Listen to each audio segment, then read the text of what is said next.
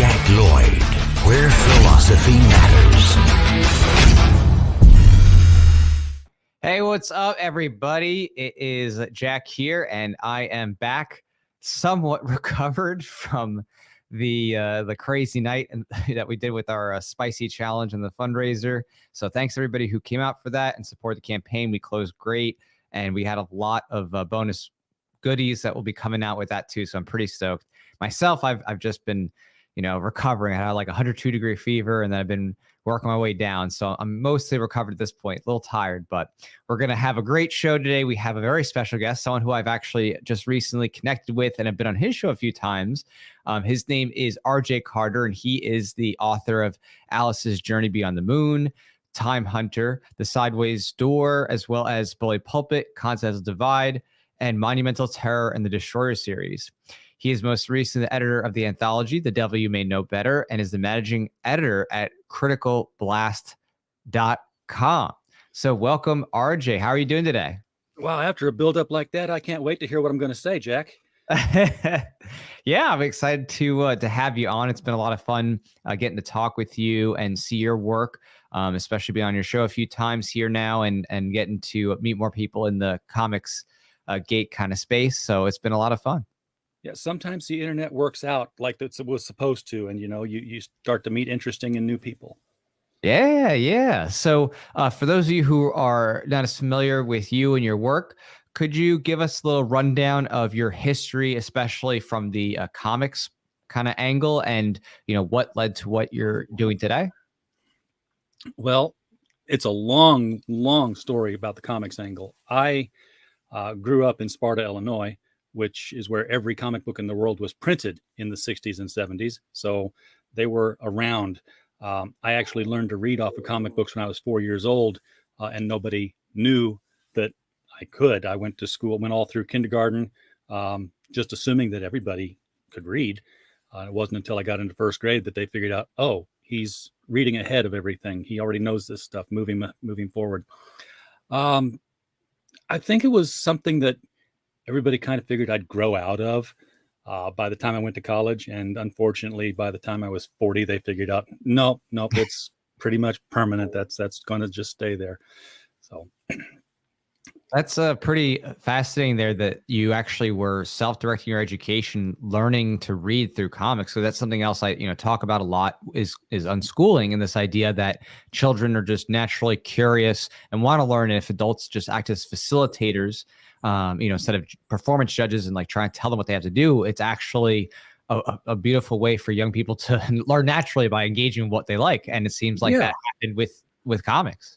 Yeah, teach them the basic mechanics of something and let them go from there. My son is homeschooled, and he's not into comics. I have a genetic test pending. I'm waiting to see if he's really mine. But no, he likes nonfiction. He reads some comics, but he didn't like superhero stuff. But he was 8 years old, and he was, going up to the counter at, half price books and such, and said, I want to see the books about, weather books. And they'd take him back to the young children's section. He's like, no. I want the real weather books. And he was reading things like HVAC repair. He was reading, from the college level books section on, meteorology and ichthyology and whatever new interest he happened to have at the time. He would hold forth lectures on the different levels of a tornado, everything from F0 to F5, and he'd tell you the difference in them. And he was younger than 8 doing that. So once he was reading, he was just off to the races. That's just really incredible story, because it's just something that I love, diving into and talking about, because so many people don't realize that young kids are just basically sponges of information. And then adults are just there to be like, oh, okay, what are you interested in? Let me just be a help for you, a resource if you have questions, or just be able to point in the direction of getting more stuff. Kids just will eat that up. So that's an incredible story that you have, a personal story. Yeah, and as much as kids are filters, that's why it's the responsibility of parents to be, as much as they're sponges, we need to be filters to keep that aquarium analogy going, because they'll soak up anything. And if it's, something you don't want them soaking up, they'll soak that in just as easily. Oh, I completely agree. And I talk about that with unschooling, the idea that, adults as facilitators, of course, set healthy boundaries, preventing kids from saying things that are, too mature for them to Yeah. see without it, causing problems, whether it's addiction or just something that, they can't really handle that age if it's too graphically, sexual violence, something like that. So 100% agree. Absolutely. And have you found for yourself, him continue to to spur on that natural love of learning as you've kind of, facilitated in that way?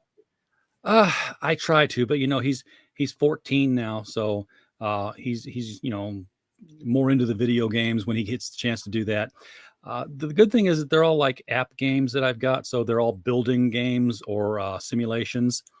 So he's not like just doing first person shooters. He's building things in Minecraft or Roblox and working. He does work a lot with the Legos, and we're talking about like the Technics. We used Legos in math class when we were homeschooling because I couldn't get his attention any other way with pencil and paper. Mhm. So I said, well, here's the Legos. Here's a cool thing. I said, watch this. I said, you see your gears? I'm like, yeah. It's like, this is a big one. This is a little one. What happens if they're connected? When I spin this one around one time, how many is this one spin around?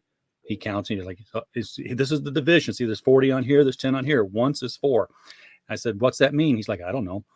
I started connecting, gears together. I'm like, now turn this. And at the end of the other gears was like little real makeshift propeller we put together for a couple of long Legos. And it's just like spinning like crazy. He's like, wow. I'm like, that's called power conversion. And he just, from there, he went on and started building conveyor belts, more windmills. He grabbed onto it once it was demonstrated. And I think kids will do that. Once they see a practical application of something, which is not something they usually see in school. You're sitting there getting rote memorization, you're getting stuff on the blackboard, and it sometimes doesn't sink in. But when you see concrete application of something, there's like, oh, this is something I can do. This is something that applies to something I already do, and I can make it better. Then they're into it. Yeah, absolutely. I mean, that kind of self-directed motivation, I think, definitely springs up when there's an application to where they're using their knowledge. And I agree that's like a beautiful way to look at it. And things like play, a lot of people will shy away from that word, but I'm like, no, play is learning. Like that, even video games and things like that, you're still learning motor skills, spatial skills, communication skills, working with others, figuring out objectives and things like that, and teamwork. Especially playing like online things where you're working with others. So it's just something that I think too few people appreciate, that everything that a young person does is learning. And the question then is just how can adults really, help maximize that and give them opportunities that really excite them and want them to become, even more curious. So that's awesome that you did that with, the Legos, and then, of course, putting stuff together with the wheels and widgets and things like that. Oh yeah. So when it comes to your own self and your own play, what is it that you like to play with yourself in terms of your creative works and the things that really bring you joy? Wow. So I've been a writer since first grade. I wrote my first play that actually got performed by the 8th grade class. It was a very short and brief and simple play because I was just like, oh, look, this is what a play looks like. I can do that. And I put one together. Naturally, it had a superhero involved in it because I was reading comic books. Right, and I've just been writing ever since 8th grade. 5th grade, we had a wonderful teacher who would take breaks during the day and would just read to us for an hour. From things like The Red Fern Grows. He read the entirety of that, read the entirety of the Chronicles of Narnia. And then I read all of his books that he was bringing in. I read them like 3 times that year, just straight through the Chronicles all the time. And tried to start writing stories then of a longer length. Wasn't until I got to 8th grade that our principal, who was also our 8th grade teacher, had a requirement that every Friday we had to turn in a composition. Didn't care what it was about.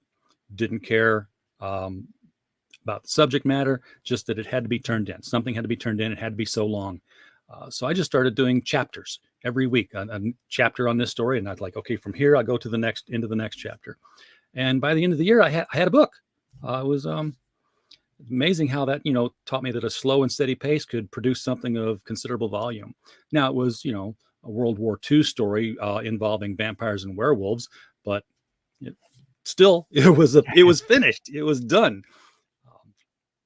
Yeah, I mean, I agree that it's just something that you can keep working on over time, and that some people think like, oh, I'll never get this done if they have a creative project. And it's like, you don't have to do it all at once. It's not like, oh, you have to get it done by this week. If it takes a year, 2 years, 3 years, whatever, it doesn't matter. The question is, are you still working on it? Are you developing it? Are you incrementally building on it? Because if you're doing that, then you're going to eventually get to the end. You're eventually going to make it. But if you're not even taking those steps and not, stewarding toward it, well, then yeah, you're never going to have your creative vision, become something. So it's awesome And that having you that schedule implemented and laid over it as a template, so to speak, that you had to finish something by a certain time. Otherwise, it's just like, yeah, it's going to take me 2 years to write something. But it wasn't just that it's going to take me a year to write this. It was I have to turn in this amount every week. It could be a short chapter, it could be a long chapter, but by Friday afternoon, I have to be done. So there were deadlines. Deadlines are important to that. And for deadlines for yourself now, do you have those similar deadlines kind of set for yourself? Do you set yourself up with like a routine of when you write? I do not as much anymore. And that's only because I put my finger in so many pies that, I can't type with them anymore. They're busy doing so many other things with everything that we've expanded the company into. I still edit. Of course, I'm doing the occasional review, but that's, very, very minimal work there. I've still got 2 manuscripts into the Destroyer people that we're waiting to get some rewrites on. They want another book in before they do those 2. They're trying to push them off a bit. And I'm like, okay. But the thing with the Destroyer series, for people who aren't familiar with it, is that it's been running since the early 70s. And it's a satire. It's political and social satire and commentary set in the midst of this action espionage adventure. And it's to the point where I'm like, I can't satirize anything anymore. It's like, how can I make some of the stuff we see today more ridiculous than it already is? The former writers, they would have things like, we'll take this, Democrat from Massachusetts who's a senator, and we'll just make him drunk all the time. Like just satire. Like, okay, well, that's fine. But what am I going to do with, the people who are in the news today? It's already over the top and falling over the ledge. Right. Yeah. I mean, it is pretty tough to get more ridiculous than, what we have, but I know that somehow it's going to continue in some weird way, some unexpected way. So when it comes to your writing, the work you do, could you tell people here a bit more about what it is that you do with a Critical Blast and the type of work your business is involved with? Yeah, because it's amorphous. It becomes something new all the time. Critical Blast was basically the offshoot where I had been writing reviews for another website for about 15 years and had set up all the contacts, taken over pretty much as a media director for that website, as far as reaching out to publishers, reaching out to movie producers, and getting content in. When they closed it down, I wasn't done.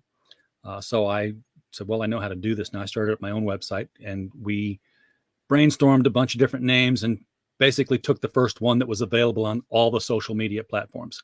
So that we're like, okay, that one's good, grab it, and set everything up. It was meant to be a media and entertainment review / opinions / news outlet. And if it was entertainment, it was a perfect target to cover. It didn't matter whether it was a new movie, a new book, a new song, something that some celebrity did that was outrageous, some opinion you have on the state of Hollywood. All of it counts. It's all valid. Along the way, we decided that, this book publishing thing, because, being a writer, I knew the publishers, I saw what they did. And again, it's, practical application, seeing it in motion and saying, yeah, okay, I can do that now. And, technology had advanced to the point where we had things like Ingram Spark, you have print on demand. So I said, well, let's set ourselves up as a publisher, and we'll do a call for anthologies. We'll take in short stories. We'll pay, a minimal amount for them, whatever the industry standard is, though, and see what we get. And we did 2 anthologies. We did Gods and Services, which was a urban fantasy kind of thing. where, you know, the little mystery shop pops up. You've never seen it before. No way it could have been there yesterday. You go in and buy something, you come out, it's got a God attached to it. And that God now has to make your life better, whether you want him to or not. And you can't take it back because the shop's gone. You can't find it anymore. That one, we had 10 stories in that one, was a very difficult sell to get stories in because we were new. Nobody knew who we were. I said, okay, well, when I do the next book, and the next book we did was The Devil You Know. I said, I'm going to give myself a longer reading period so we can have time to get more stories in. Well, funny thing is that once you have published and once you have paid, people notice that when they read the trades and look for, you know, who's doing a call. And we had 175 submissions come in for that book. So instead of doing 10 stories, we did 20. And I'm like, yeah, there's still leftover stuff here. Good writers out here. We're going to do it again, which is now the one we've just released, which was The Devil You Know Better. And I knew we had to do it the moment I got the cover in from the design team, because it was just, you know, this fist holding up a contract in the flames of hell. I'm like, oh, wait a second. Book 2, just like that. And I'm like, yeah, that's exactly what we want. Hold on to the art, guys. We're going to reuse that. So it's been an interesting ride. It hasn't been a profitable ride, but it's been an interesting ride. And so I'm looking at this right here. So The Devil You Know Better right now is actually on Indiegogo, right? So we're taking this is the one you're talking about. I can see the 2 fingers and the little scroll there. Exactly. Now the soft cover is already on Amazon. It's been on Amazon for a month. This is a limited edition. That's it's going to be printed to order. So however many people back it, that's how many are going to get printed. And they're going to be signed by 2 of the writers, Mike Barron, who wrote for Marvel's Punisher for a long time, creator of Badger. And also, whoa, the comments just went, wow. Okay.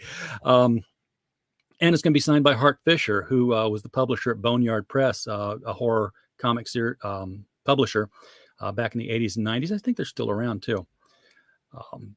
It's going to be hardcover. It's going to be a larger real estate per page than the softcover is. It's an inch wider and an inch taller. And it's going to be about 300 pages. Wow. And this right here is showing you just have 1 perk for this, right? That's it. It's just the book. We have some stretch goals. For every $500 we cross, we are going to throw in a chapter illustration for one of the stories. Stefano Cardacelli is on board to do that. He's already done 2 of them, so we're ready to slip them in as soon as we cross those stretch goals. And if we get, you know, all 20 stories get illustrated, that would be $10,000 that we hit. So I would love to see that happen, just to see everybody get their story, have an illustration to it. And is there a comparative that you might say that if someone's more familiar with certain genre, that this might be comparable to in terms of this book? It's 20 different stories, so it's almost 20 different genres. I mean, you've got your straight up horror, you've got your gore, you got your comedy, you've got your folk tale. It's for people who, you know, if you love things like Faust, if you love things like The Devil and Daniel Webster, which are 2 completely different genres but about very much the same topic, then this would be something that, you know, people would be interested in reading. It's every story is just somebody encounters the devil. It can be to sign a contract. It can be to sit down for tea. It can be anything, just as long as he's involved somehow. As long as the devil's involved somehow. The devil is in the details, literally. Literally. Has the devil ever appeared in any of your other written works? Is this a theme that has come up in your own writing? Well, he has, and it hasn't been published yet. The funny thing is that I have a short story in the works called The Devil You Know. And the whole reason I did the first anthology was like, this will give me impetus to get this thing finished, and I'll include it in the anthology. And I didn't. And like, well, I got crowded out. So I'm like, okay, well, I've got another shot at this. And if you read the list of authors on this one, you'll see my name is not there as an author. So The Devil You Know Best coming at some point. I'll have it in there. I've got the story plotted out. I just need to rewrite it. It needs a fresher take. So gotcha. Now, in terms of your business and kind of the services things that you offer, Could you elaborate a little bit on what types of things that you offer to people in case there's creators here, of all sorts that are curious to see what types of things you do and see if Sure, their sure. submissions or your services might be of use? Absolutely. Well, one of the things we did with the website was, we locked down the YouTube channel. And once software like StreamYard became available, where live broadcasting was so much easier and accessible, we started doing the bulk of our interviews through live streams and just archiving them rather than doing it the way I used to do it, which was on the phone with a tape recorder and then transcribing afterwards. And it's like 30-minute interviews is 2.5 hours of transcription. That was serious work. Yeah. But sitting down and just talking to somebody, you don't have to transcribe that. In fact, if you want to transcribe it, just turn on the closed caption and it will do it for you. But we started talking with a lot of crowdfunder campaigns. And one of the things that I find I excel at is spending other people's money for them. So, I'll have somebody up says, hey, that looks like that piece of art right there. You should make that a print, or that particular character drawing, cut that out and turn that into a magnet. And a lot of times people would do it. But when I talked with people who were crowdfunding out of Australia and crowdfunding out of the UK, they would have great product that wasn't getting huge sales because the shipping was a huge hurdle. So I came up with the idea that I almost gave away. And then I decided, you know what? Shut your mouth, sit down and figure this out for yourself, because I've got 35 years in the IT industry. And a lot of that has been with logistics companies. So I know a little bit about it. So I set up Critical Blast Logistics, which initially was to set up a place where people in Australia, people in the UK, people in Europe could bulk ship to me. And then my service would break it down and then mail everything in the US domestically from a US location. Cut the cost down enormously. I mean, it's a lot cheaper to send 100 books in one box than it is to send 100 books in 100 boxes, especially overseas. It was weird because it's like for 9 months it existed, but it wasn't doing anything because it was just like talking with people, getting their commitments to it, getting their buy-in. And like for 9 months, it was like, yep, I'm doing this. This is our company. It's what we do. Hadn't mailed a darn thing. And then the first box appears and I'm like, okay, stuff just got real. Now let's put this to the test and see what happens. And test worked out rather well, actually. I've got a database that I've developed here. It's proprietary software. And it just takes the Indiegogo or the Kickstarter data, crunches it all down into one line per address. So there's none of this, because if you've seen campaigns that are on Indiegogo and you get the updates like, the books are in, we're starting to fulfill. And then a week later, it's like, okay, we've got like, so many fulfilled. We're going on to the next ones. It's like, I know what they're doing. They're going with those direct downloaded reports and they're taking the first one. They're saying, okay, what's this guy get? This, and this. And they put it together. They seal it up. They type in a label. They buy the label. They put the label on. They put it aside. Okay, what's the next guy get? I don't do that. I sort everything. I collate it. I'm like, okay, what's the first thing we got? Okay, we got 17 people who are getting these 5 items. Let's make 17 of those blind packages and just mark them as that package type. And the upshot is that by doing it that way, I can turn around an order of about 200 books in a 3-day period. That's in, labeled, out the door. So it's just a matter of streamlining the process. And it was, again, cheaper for the international people. Funny thing is that the second person to contact me was in the United States. It's like, I'm not saving you any money. You realize this. In fact, I'm costing you more money if I do it rather than you do it yourself. He's like, yeah, I don't want to do it. So it's like, this is a market I had not considered. So now we're shipping into the United States from international locations. We're shipping out of the United States to international locations. We have a hub in Australia. We have a hub in Europe. It's basically the same thing I started out doing in reverse. And it's just working out famously. That's awesome. So in terms of other projects that you have worked with, are there any other, I guess you could say Indiegogo or Kickstarters that you have been a part of? Yeah, I'm just finishing up an Indiegogo for The Company Men, which is from Lee Byron Carver in Australia. Also just finished up The Embrace with Michael Oden. So that's out the door. And his SPQR book, his SPQR's Bizarre Adventure, will be coming in shortly to us.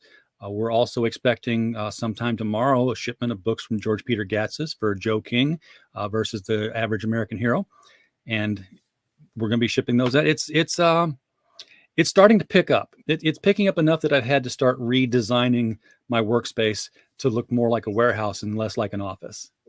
That's a good problem to have. Yes, it is. It is. Speaking of your workspace, could you elaborate a little bit on some of those art prints that you have behind you up there? Because it looks like you have some really interesting pieces. Sure. The two that you're probably seeing up there on the top, those are, and I should probably talk into the microphone so that you can hear it unidirectional. The two that you see up at the top there are probably the Batgirl and the Harley Quinn. Those are both drawn by Al Bigley, who did work on the Batman the Animated Series coloring books, as well as the packaging design for the action figures. So, whenever you got the action figure, you had a little card backing, he would draw all that. So those are both drawn and signed by him. Then there we go.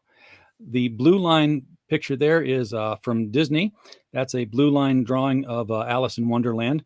I treated myself to that when we went to Disneyland right after the book was published, The Alice's Journey Beyond the Moon, which I had the copy of right here. So I was spending, the millions I was going to get off of this bestseller in advance. Actually, it didn't cost that much. The whole workspace here is just, I've run out of wall. If there's a bare spot on the wall, I put it in a frame and I put stuff up there. Beautiful. What's that? Right there is a photograph. That would be, that's my trifecta of Batman 66. That is actually signed by Burt Ward, Yvonne Craig, and Adam West, all three of them on the one shot. So, wow. Did you get that in person from one of them, or? Well, I had to send away to Yvonne. I had to mail hers in because she wasn't doing conventions. But Burt and Adam both came to St. Louis about 5 years ago.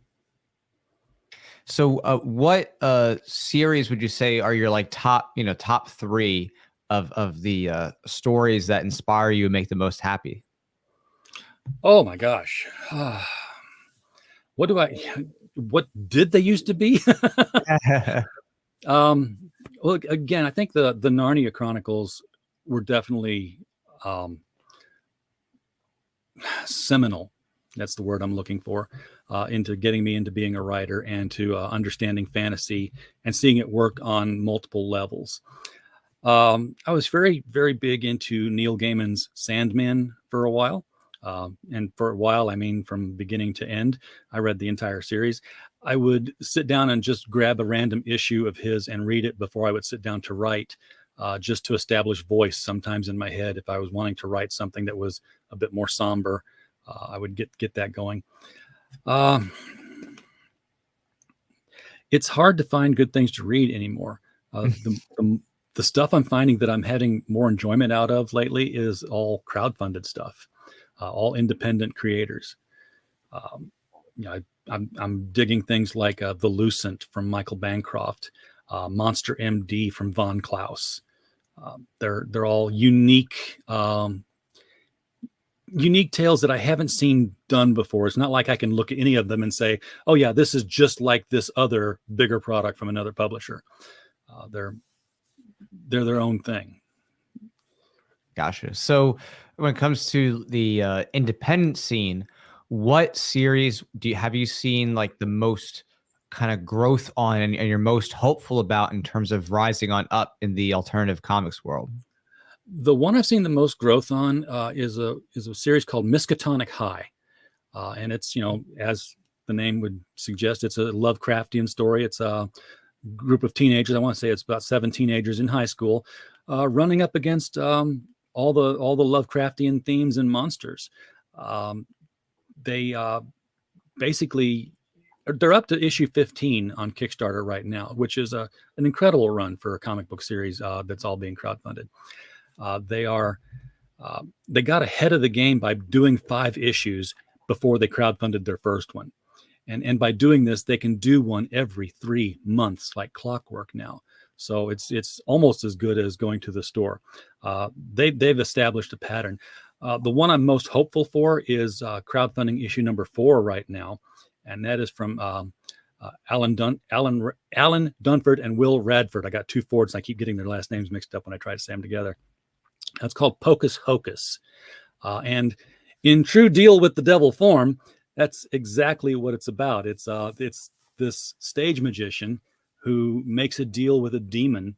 In exchange for his soul, he wants demonic magical powers.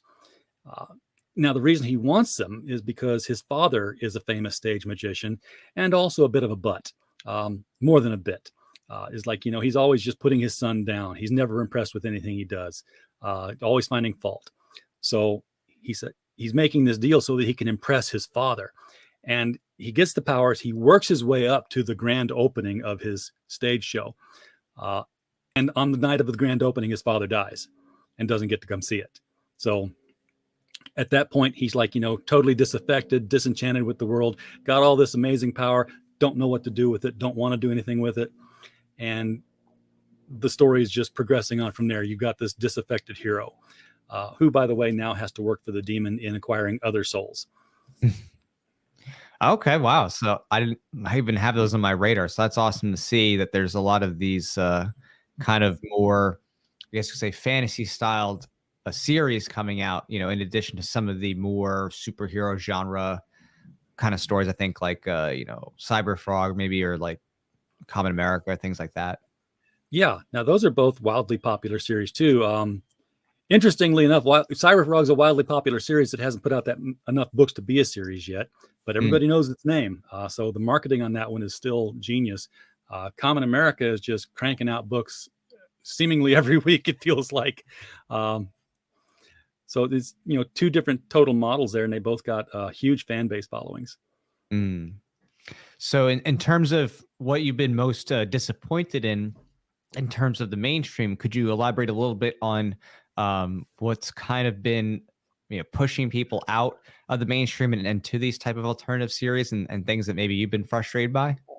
Well, yeah, I mean, here's the thing with the mainstream comics and where they've gone off the rails. You keep hearing creators say, oh, everyone's saying they're tired of politics in comics. Well, what comics are you reading? There've been politics in comics all the time. And this is true. Politics is a great story driver. The difference is when there's a difference between saying this is a politically motivated story and these are my politics that I'm inserting into the mouth of your character because you listen to your character, and getting my words in his mouth is the only way I can get my polemic through to you. And that's what's killing the comic. That's what people are tired of. That's why they're migrating away. When you take away, the truth, justice, and the American way from Superman, people notice that, especially when you come right out and say, we're not going to do it anymore. Now, there's been a lot of DC as far as changing heroes' sexuality. And when they say they changed Superman's, they didn't. They have another Superman there, but people are too out of touch, know that all they hear is Superman is now bisexual. And there's nothing wrong with that. There's nothing wrong with, the fact that Tim Drake is now coming out as bisexual. There's nothing wrong that Harley Quinn and Poison Ivy are a couple. The thing is that you have Superman coming out, Robin coming out, Harley Quinn and Poison Ivy coming out, boom, boom, boom, boom. And that is what tells people, oh, somebody's driving home an agenda. None of this was organic. None of this was introducing new characters that just happened to be that way and could have some representation.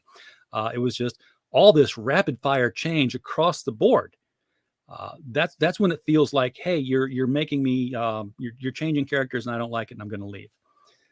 They didn't let anything build up on any of that, especially with John Kent. I mean, for crying out loud, he was 10 years old last week. And then suddenly he's 17 and then suddenly he's 24. that was just a crazy thing. Right. Yeah. They're trying to, as he said, just force across the board all these changes at once, just make it abundantly clear that this is just people trying to get their specific agenda into the print comic form. Meanwhile, ignoring all these characters' history and, what's been well developed and how people have, cherished them and what they appreciate them for. And then Yeah, it's like throwing that all in their face, like, oh, okay, nothing matters. Like continuity doesn't matter. This isn't just like, oh, we're just making a what if, side issue. We're like, no, we're going to try to change the canon story to be this now. And that's what it's going to be, So, exactly. And it's, and even in the comics, they make side remarks that nobody cares. Nobody believes that this is sticking around. There's this dark crisis thing going on now, which, DC always has their universe rebooting crises that they'll do. And the Justice League is quote unquote dead. Even the characters in the book are like, yeah, Superman died, a couple of times. He's been back, and Batman died, and I had to take over, and now he came back, no problem there. Wonder Woman, yeah, Barry Allen, yeah, it's nothing. People get better from death. Yeah, definitely. No, yeah, I mean that's definitely been a common trope with all the characters because again, it's they can't permanently kill off that which is their bread and butter, for their main series. So, when people say, why doesn't Batman just kill the Joker? I'm like, well, because there are Joker lunchboxes and T-shirts, and right. You have to keep the character around. Right. What do you think about how some of that is a little bit different in some of the more, I guess you could say, edgier or adult, mature comic book series? I think like The Boys or Invincible, where death is something that can be more permanent in those series. Yeah, well, the thing with those series is that they were both new, and they didn't give the characters the time to grow on somebody before they killed them. It's like, oh yeah, you just kill characters in this. Okay, got it. This is Game of Thrones with capes now, and none of them came back either. It can make the story, I guess, feel different and maybe more real if there's none of this constant resurrection stuff. At the same time, if you have a good character, you might realize too late that you killed a goose with a golden egg capability. Richard Meyer came around to that when he did Jawbreakers, the first book, and at the end of it he killed him. And he's like, and everybody loved the characters. You're like, oh, what did I do? So now he's done 2 more since, but he's had to get creative with how he's bringing them back and putting them back around. And I think this book he kicked off yesterday, which is at a special tier right now through the end of tonight, where he's selling them for $1 just to make up for some of the shipping issues that he's had in the past, and he's trying to gain customer loyalty back. He's using, unfortunately, the multiversal Deus Ex Machina that Marvel and DC have been using for everything. It's like, oh, we lost one. There's one over here. We'll just go grab him and bring him into the universe. We'll just kill his universe. Now he's got nowhere to go but here. It's too easy. It's way too easy to use the multiverse as a fix-all, as a panacea for what's wrong in comics or for replacing characters. Yeah, I mean, that's a great point, that it's sometimes tough to figure out what the balance is with that, where you want to make something plausible and believable potentially, especially if you're giving something that's a bit more realistic in terms of the characters and outcome, and not just like kind of the same old trope like of the old style comics. It's like, okay, predictable bad guy, predictable outcome, they're in jail at the end, blah, blah, where you actually are developing a longer story that has continuity, and you're wondering, okay, to what extent are these characters going to be able to stay around versus, okay, well, realistically, they're going to die in this situation, and trying to figure that out is definitely a tough balance for sure. So, yeah. So what happens in your book, The Voluntarist? I mean, do people get killed? Does he, is there death? Will there be blood? Oh yeah, Voluntarist is more, I would say, attuned to the style of Invincible and The Boys in that sense, that it's meant to be more realistic. There's definitely, of course, recurring characters and themes and things like that where people have more longevity, but I don't shy away from the harsh reality aspect, even though obviously it'll affect the storyline down the road. I don't plan to write the story, further down that path in a way that kind of excuses those things, or just like, as you said, cheapens it. It's like, oh, well, just magically they somehow, appear from the universe or something or whatever. So it definitely am keeping it more toward a realism that if something is, happens and it's, meant to be permanent, it is permanent that way. So yeah, definitely want to bring that back, because it does. I mean, again, unless you're doing something like, or intentionally doing a what if side series kind of thing, which is fine. I mean, of course, what ifs are fun. Elseworld were great. Elseworld stories at DC were some of the most imaginative things I ever read. And then they're like, but they all exist. They're all real. I think the craziest thing I saw within the last 2 years was something DC introduced called the linear verse. And I don't think they've done anything with it because I think they realized it was kind of stupid. But they basically, how to explain this? They had this story where they brought in characters from different timelines, including like the 1939 Batman, where it was 1939 really. And as they send everybody back, they explain to the 1939 Batman, you're in the linear verse, and basically you're going to age more slowly. So that the Batman of 2022 is the same Batman of 1939. And I was like, well, how long was Robin in puberty? Come on. Right. This is making no sense. Yeah, that is definitely stretching. I mean, I liked more like the ideas of like the Amalgam series, like when they had DC and Marvel crossover. Remember that? They had like Batclaw and stuff. Like that's kind of just like a fun what if, you know what I mean? Like that kind of thing. Yeah, you used to just suspend the disbelief, and the prevailing theory for at least DC Comics, according to Bob Rozakis, the Answer Man, because I read his column religiously in the back of the books, was that Batman and Superman were both 29 years old and had been active for 5 years. And this was a moving 5-year window. They were always 29. They'd always been active for 5 years. Everything that you read happened. It doesn't matter if it had to happen in like, a 5-minute period just to cram it in there. It all happened, but it all happened in 5 years. And we just accepted that. Now it's like, well, basically as soon as Dick Grayson became Nightwing, a clock started ticking because like, oh, wait, Robin just grew up. That means that Batman had to have aged. That means that Superman had to have aged. Now there's another Robin. Oh, wait, now he's grown up. They've started introducing the concept of chronology and time, and now it's beginning to get unbelievable. Batman's gone through 4 Robins, and he can't be 29 and have a 12-year-old kid. It just doesn't work anymore. Yeah, exactly. So when it comes to your own personal aspirations with your own comic collection, are there any pieces, issues that you really want to get for your collection that you haven't had a chance to, or maybe, it might be a little too pricey, but whatever it is, like, is there any things that you've been on the lookout for?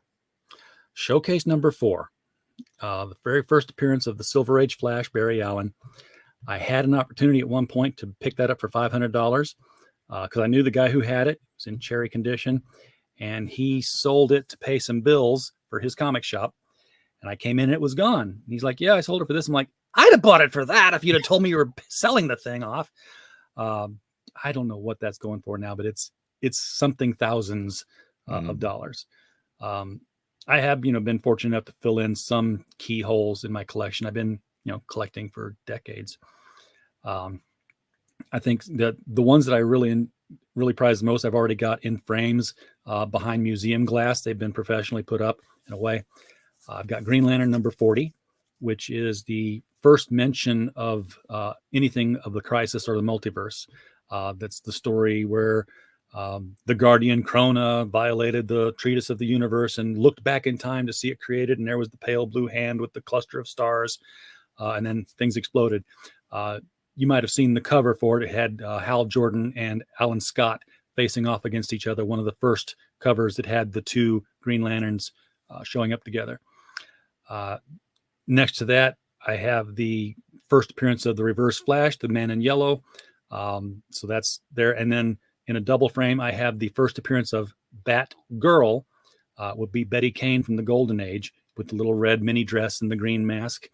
And the first appearance of Batgirl, Barbara Gordon from Detective Comics, both side by side. Wow. So you got some good pieces there. I've got some good pieces there. I'm trying to, I've got this idea that I'd really like to just get a complete run of the Justice League of America, Volume 1, because that's the other thing that's been plaguing comics is, well, we've been doing it for like 7 issues and it's not selling that well with issue number 8. Let's start over with another number 1. And now nobody cares anymore. There's no longevity to it. We do a show called the LCS Guys every other Saturday. And comic shop owner Michael Tierney said, the stuff that still sells is the stuff that's, issue number something 100. People have an investment in it because they're like, well, I've been in it this long, and yeah, it may suck right now, but it might get better next issue. Whereas if it's like a mini series, is like, yeah, I've read the first 2 issues. It's got 5 issues. It's not going to get any better. It's not going to get another creator.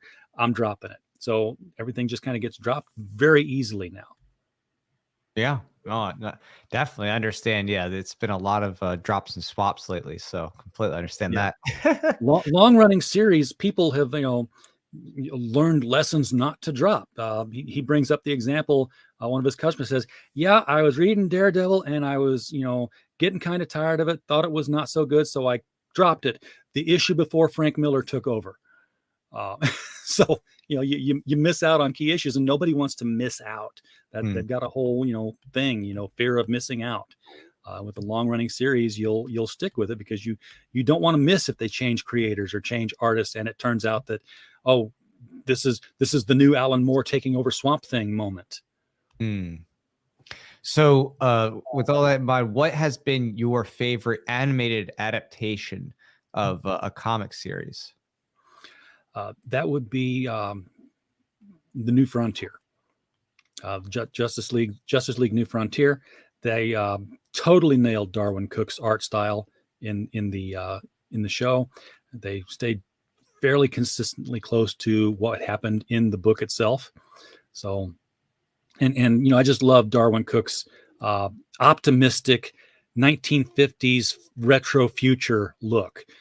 You see drawings of the future from the 1950s, and it's these sleek rocket ships and outrageous astronaut outfits. Love that stuff. He was a master at it. Awesome. If you could pick only one to stay, one to go, would it be Marvel or DC? I would pick DC to stay, Marvel to go. And I would have always done that. Any particular reason why? I really couldn't tell you. I was reading both of them, but there was something in Marvel Comics in the printing that even as an 8-year-old was darker. It wasn't as bright. It wasn't as optimistic. And it was over inked. And by over inked, I mean, I was like getting headaches reading Marvel Comics. So I think I was given this Pavlovian response to where I don't like Marvel Comics. I really don't like reading them physically. Don't like reading them. Gotcha. I didn't know that. That's fascinating. So just viscerally, like as a kid, you're like, oh, this yeah. And they were fresh from the printing plant when I would get them. So right. Wow. What's the biggest convention you've been to in terms of a comic convention? Oh, that would be the Chicago Comic-Con before Wizard World took over. 1989. I was in at the Ramada O'Hare in Chicago, obviously. I was doing cosplay before anybody was doing cosplay. So I was very alone on the floor in my Jack Nicholson Joker attire, complete with the green hair and white makeup and all that. And it was an interesting start to the convention because the hotel atrium had these chairs that were high backed and domed at the top. And I was there with a friend who was not in cosplay. And I said, you got to get my picture sitting in that chair because it was an exact, pretty much replica of the chair when you first see the Joker in Batman #1, where he's sitting there with his steepled fingers and the dome of the chair going over him. So I sat there and I got that pose. I got that picture. And before I could get up, parents are coming up to me asking me how much to have their picture or their children's picture taken with me. I'm like, just take the picture. I'm not charging. I don't work for the con. Yeah, if you want a picture, great. So there was a lot of people taking pictures just right at that moment because there was nobody dressed up who wasn't working for a booth. I mean, you had the booth babes who were like with I think Star Blazers had two women in their swimsuit, spacesuit kind of things. Marvel, of course, had Spider-Man at their table, and that was it. You just didn't see people in costumes. You also saw publishers, and this is something that if you go to any convention other than San Diego or New York, you're not going to see publishers. In Chicago at that time, DC had a booth, Marvel had a booth, Archie had a booth. You saw all the publishers, and you just walked up to them. I just walked up to Denny O'Neil and started talking to him at his table. There was no, do you have a ticket for this line kind of thing. I have photographs of me at that convention with Dick Giordano and Denny O'Neil. I met Dick Sprang. I met Jim Aparo, Steve Englehart. I was walking down one aisle, and it was a hotel. So there was the main convention center, but then a lot of the stuff was just set off in little rooms down the aisles. And I just turned into one, was like a little art room. And as soon as I walk in the door, and right around the corner, here's an elderly couple sitting at a table with this beautiful picture of the Golden Age Green Lantern on canvas hanging up behind him. And it was Sheldon Moldoff, who had worked on the Golden Age Green Lantern. And he's like shoved off to this little room here. And I was affronted at the thing. I was like, why in the world are you should be like guest of honor out there somewhere. And it was, interestingly enough, the same time that DC was kicking off another Justice Society series. And I said, why aren't you the one drawing this? And his wife, sweet little old lady, she just leans in real close, says, would you go tell the people at DC that? It's like, yeah, I will. And I'll go do it right now. That's awesome. Yeah, that's a cool time capsule you have there of just, what it was like back then. I almost want to know, was it like smoky back then in those rooms where you could like smoke in hotels or anything like that? No, not really, because there was all this paper around. It was like nothing burns faster. Plus, nobody wanted their books to smell like smoke. So, right. So even in the like the basement rooms, where the underground comics were, it was funny. They put the underground comics underground. There'd be nobody smoking down in there because you didn't want to damage the goods. Art prints, well, not art prints, though they were there. Original sketches, yeah, $20. You give them $20, they'll draw up a really nice pen and ink sketch. It wasn't until like a couple of years later that I could see the change happening, and it came with Neil Gaiman. Funny enough, because he just became such a superstar, a rock star within the comic industry, that everybody had his stuff. So suddenly there was like the huge line, and people going down the line saying 3 items, limit to 3 items, only 3 items, which I get, but at the same time, that year that I met Sheldon Moldoff and all the DC folk, Peter David was there. Peter David was signing books. This was when he was on the Hulk for Marvel. And this is my Peter David story that I will tell long beyond his death, to canonize him. Even though we disagree politically on just about everything. I was in line. I had a small stack of Hulks, and I had his novelization of The Return of the Swamp Thing, which is, I was going to say far superior to the movie, but what wouldn't be, but was actually a good book, as was his Batman Forever novelization. It actually made sense, whereas the movie didn't. But ahead of me in line, there was a young, not too young, he was an young adult, obviously mentally challenged person with his much older father helping him along, with literally a little red wagon, like a radio flyer, stacked with Hulks. And I looked at it, I was like, this may not go well. And he got up in front of Peter David, and the whole stack of books was put on the table. And Peter David signed the first 5 books on that stack, and then he took the next person in line. And then he signed the next 5 books on that stack, and then he took the next person in line. And he did that until I watched him sign every single one of that kid's books. And I was like, that's a guy who knows how to treat the fans. There was no, hey, I can't do this. This is, I can only sign 3 things. He signed everything. That's back in the days when the creators realized where the customer was. These days, I've literally seen creators say, my customer is the publisher.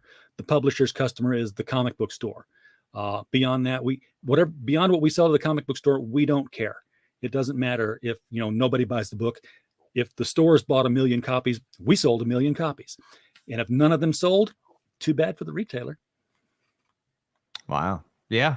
I mean, it definitely is a lot different these days. Would you say that coming up, do you think there's going to be enough of these alternatives springing up to where we could be seeing conventions that are just entirely catering to alternative and crowdsource funded content and that kind of thing? I think we will. And I certainly hope we do. I have this highfalutin, overblown parable that I have in my head of the comic book industry. Because, when people think of comic books, when the normal people think of comic books, or even the casual fans, it's DC and Marvel. That's where the comic books come from. And I liken them to like 2 giant redwood-sized trees that are just like,